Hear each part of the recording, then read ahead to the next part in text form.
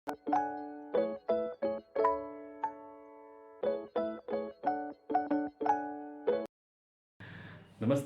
मेरा नाम है रौनक दुबे और आप सबका स्वागत है हमारे चैनल एटिमोलॉजी नाउ पर। शब्दों के विकास की इस श्रृंखला में आज हम बात करने जा रहे हैं राष्ट्रों के नाम, कैसे उनका उद्भव हुआ। हम उसकी कहानी के बारे में बात करेंगे।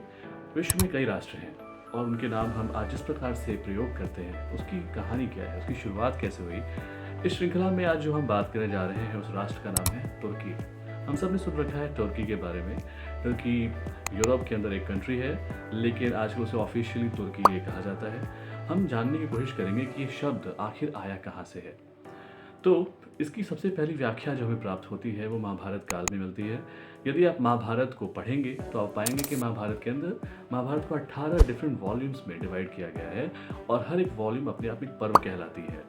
और उसमें जो उद्योग पर्व है, उस उद्योग पर्व के अंदर हमें बहुत सारी ऐसी चीज़ों के बारे में पता चलता है जो आज के भौगोलिक परिदृश्य की व्याख्या करती पाई जाती है। जैसे कि अभी उद्योग पर्व को समझने से पहले, उद्योग पर्व के पहले वन पर्व आता है और उद्योग पर्व के बाद युद्ध पर्व आता है। हमें इन दोनों के बारे में समझना पड़ेगा थोड़ा थोड़ा। तो वन पर्व की कहानी कुछ इस तरीके से है कि पांडव कौरवों के अगेंस्ट हार जाते हैं द्युत क्रीड़ा में, यानी कि जुए में, और उनको 12 वर्षों का वनवास एवं 1 वर्ष का अज्ञातवास झेलना पड़ता है। और जब वो इससे लौटते हैं उसके पश्चात वो कौरवों से अपनी हारी गई भूमि और सारी प्रॉपर्टी मांगने की कोशिश करते हैं, जो कि कौरव देने से मना कर देते हैं। इसके पश्चात कौरव और पांडव युद्ध की तैयारी में लग जाते हैं, क्योंकि और कोई रास्ता नहीं है सब कुछ प्राप्त करने का। और जब ये युद्ध की तैयारियां शुरू होती है, यहाँ से उद्योग पर्व प्रारंभ होता है।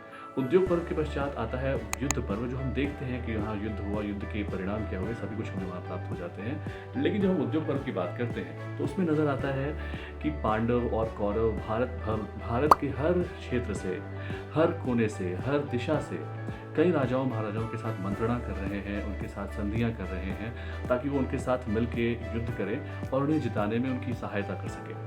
जिस प्रकार से आजकल हम एलाइज बनते हुए देखते हैं, उसी प्रकार से उस जमाने में वो एलाइज बनाने की कोशिश कर रहे थे। अब इस एलाइड फॉर्मेशन के दौरान हमें नजर आता है कि इसकी जो पूरी व्याख्या की गई है उद्योग पर्व में, उसमें भारत की भौगोलिक दशा का वर्णन किया गया है, जिसमें बहुत सारे नाम हमें सामने आते हुए दिखाई देते हैं। उस समय हस्तिनापुर जो क्षेत्र है वो कुरुक्षेत्र कहलाता था, क्योंकि कुरु वंश का क्षेत्र था वो। तो उसके मुख्य रूप से कुरुक्षेत्र कहते थे। कुरुक्षेत्र केवल एक युद्ध का मैदान नहीं था, कुरुक्षेत्र वो पूरी सीमा थी जिसके अंदर हस्तिनापुर और अन्य क्षेत्र आया करते थे। कुरुक्षेत्र के उत्तर में हिमालय आता है और हिमालय के उस तरफ यदि हम देखें जहाँ आजकल में सेंट्रल एशिया नज़र आता है, जिसमें कि Kazakhstan, Uzbekistan, Tajikistan, Turkmenistan, Kyrgyzstan ये नज़र आते हैं, यह वह क्षेत्र होता है जिसे महाभारत के उद्योग पर्व में उत्तर कुरु कहा गया है। उत्तर कुरु के राजा होते हैं कृतवर्मा, उनको कृतर्क नरेश कहा जाता था। उत्तर कुरु नरेश, और शॉर्ट में कई जगहों पर कृतर्क नरेश के नाम से उन्हें पुकारा गया है। ये कौरवों की तरफ से युद्ध कर रहे होते हैं।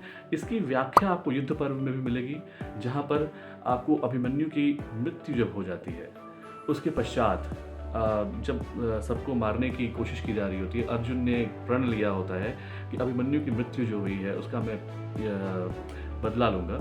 और उससे भी पहले एक शकट व्यूह बनाया होता है द्रोणाचार्य ने। मैं बहुत ज़्यादा डिटेल्स में नहीं जाना चाहता, मैं सिंपल बताना चाहता हूँ कि कृतर्क नरेश की काफ़ी स्टोरीज़ हैं महाभारत के युद्ध में, और उनको समाप्त करते हैं पूर्णतया अर्जुन।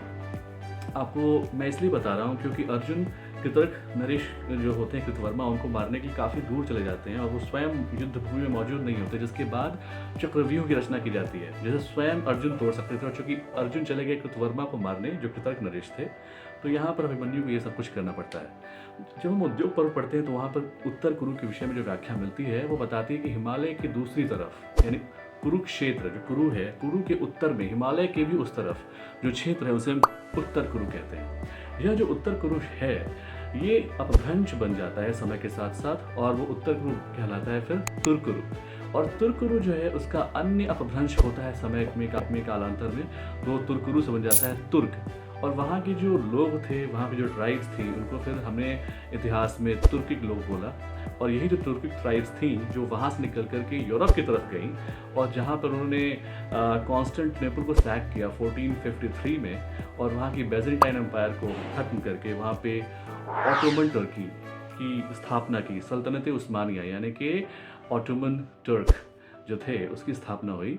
और वहाँ से हमें नज़र आता है कि वो जो पूरा का पूरा क्षेत्र जिसे हम अनातोलिया कहा करते थे एक ज़माने में, वो फिर टर्की कहलाने लगा। तो अगर हमें इस बात का कन्फ्यूजन है कि टर्की वहाँ है जहाँ मैप में नज़र आता है, ऐसा नहीं है। टर्की ट्राइब्स सेंट्रल एशिया से गई, और सेंट्रल एशिया के जो ये 5 देश जिसका मैंने नाम लिया अभी पहले, वहीं के लोग तुर्किक लोग कहलाते हैं। क्यों? क्योंकि महाभारत में उसकी व्याख्या में नज़र आती है वो उत्तर कुरु के क्षेत्र के रहने वाले थे, जो बाद में उत्तर कुरु से तुर्कुरु बना और तुर्कुरु के बाद तुर्क बना।